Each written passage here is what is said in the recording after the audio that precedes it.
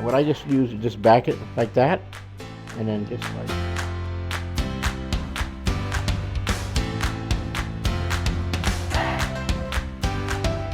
Today, we're going to show you how to carve a whole roast chicken. Now, I know you're probably thinking, oh, I get my roast chicken already at one of those stores where they give you those big roast chickens for a great price. Well, when you get home, you're going to say, well, how are we going to carve it? Are we just going to pull it apart? No. We're going to show you how to properly carve a chicken, get the best parts on your plate, and also maybe give you some helpful hints of what you're going to do with the chicken if you don't eat the whole thing. We've got a lot to share with you. So please comment, write to us, let us know what you think about it. Maybe you have some different ideas on carving a chicken, or maybe you want to share something. We'd love to do that. And also please subscribe, because we want to share with you so many wonderful culinary tips that we have that you're just going to love. So like us, because I'd like to find out and respond and thank you for that, okay? So I'm Chef Don McMillan, and we're going to show you how to properly carve a cooked whole roast chicken. Well, we roasted this chicken, and I have to be honest with you, it came out of the oven about 15 minutes ago. So that should tell you, if you're going to roast your own chicken, before you even start carving it, let it set. Let it set for 15 minutes. Why? You want those natural juices that are in there to become redistributed.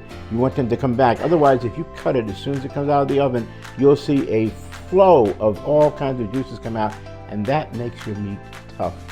You want to have it tender. Now, of course, if you buy your whole roast chicken, say at Sam's or Costco, at some of the supermarkets that they put it all in a nice package, by the time you get it home, it's already redistributed and it's ready to carve. So not to worry about that, okay? So we trussed our chicken. So by trussing it means we tied it up so it would hold its shape. See how beautiful that looks? And that's what they do also in those big box stores.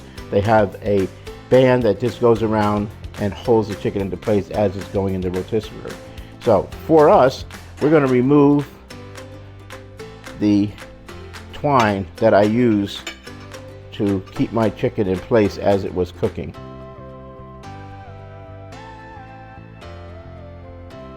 Of course, this is not the edible part, but we all knew that, right? So let me go ahead and cut this right here at the knot. And we'll discard that part because we're not going to use it. It did its job, and thank you very much. Okay, so now we're going to cut it off. We're going to cut it into sections. And the sections, I always like to start with the leg. Lots of people like the drumsticks. So let's go ahead and make that happy. So sometimes the skin is right here. We just insert our knife right there at the skin part, lift it up. I don't know if you can see that. I'll turn the plate a little bit, lift it up. And here's a little V. And please let the knife do the cutting. Do not force it. Don't try to cut through the bone. See how easy that came out? Just so easy. Leave the skin on. We love that part. Okay, that's one leg. Let's get the other leg. Turn around here. You see that little V? Let the knife do the cutting. Just cut right down. And then you see in through here, there's even a little line that shows you where to cut. And let the knife, just cut with the knife so smoothly. And it just, see where the joint is? And we're just gonna cut right through there. Let's place that on our plate. Now, we've got our two legs. We can now deal with the breast. Now, people like the white meat, okay? So my suggestion is make a nice few slices to share. And can you see where I'm putting my knife? I'm not cutting it this way, okay? I'm cutting it on a bias or at an angle along with the shape of the breast. I'm using a fork to hold it into place as I get down from the top to the bottom, and also to spear it to help me pick it up. Look how perfect that is. 165 is what we cut it. I took the temperature at before we even started to cut. And also, just remember this, when you take a piece of meat out of the oven, it's going to continue to cook for at least another 5 degrees. All right, let's go back and finish slicing our breast. So the knife is holding that part, helping me to lift it and place it on our platter. So this is what you're going to do for Sunday dinner. I remember growing up as a child, this was a chore of the dads. The dads always got to carve Sunday's dinner chicken or turkey. And by the way, if you're doing a turkey, I do it the same way. Just makes bigger slices, that's all. Okay, let's do that. And let's see, I think I got another slice right over here. Don't worry about leaving any meat on the bones. It makes wonderful. You pull it later and it does a great for chicken salad. I love it for chicken salad. It does really nice. There we go. All right, let's get the other part of the breast. And I will just turn this around and we'll just slice down here.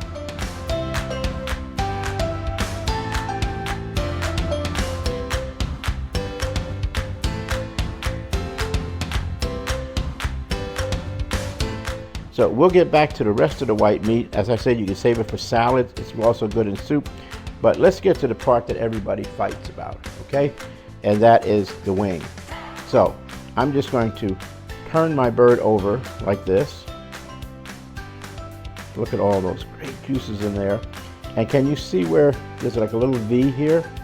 Just put your knife right in there and lift the chicken wing right off.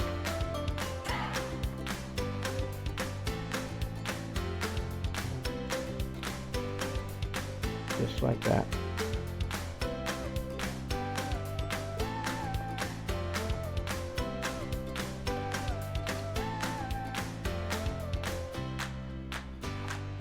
Place it here in the center of our platter.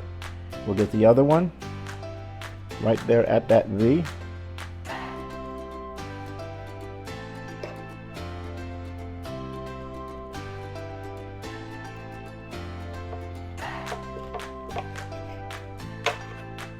And there's our second wing.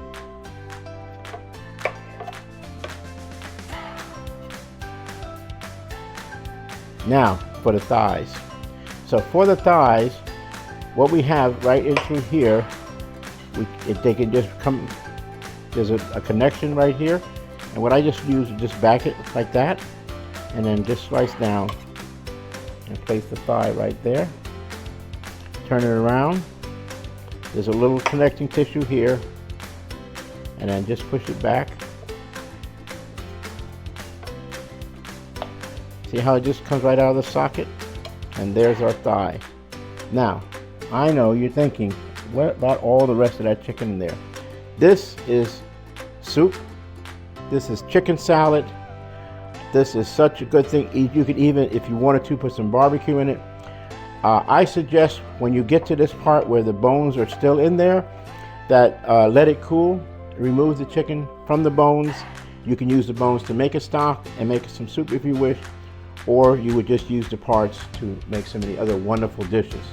So this is an easy way to carve a roast chicken that you get from one of the big box stores or one that you like to cook at home. Just remember, when you take it out of the oven, let it rest for 15 minutes because it has some of those natural juices in there.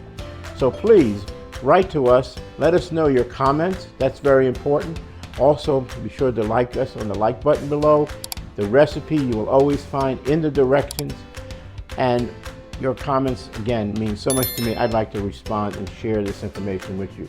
So as always, with our recipes, they're always simple and delicious.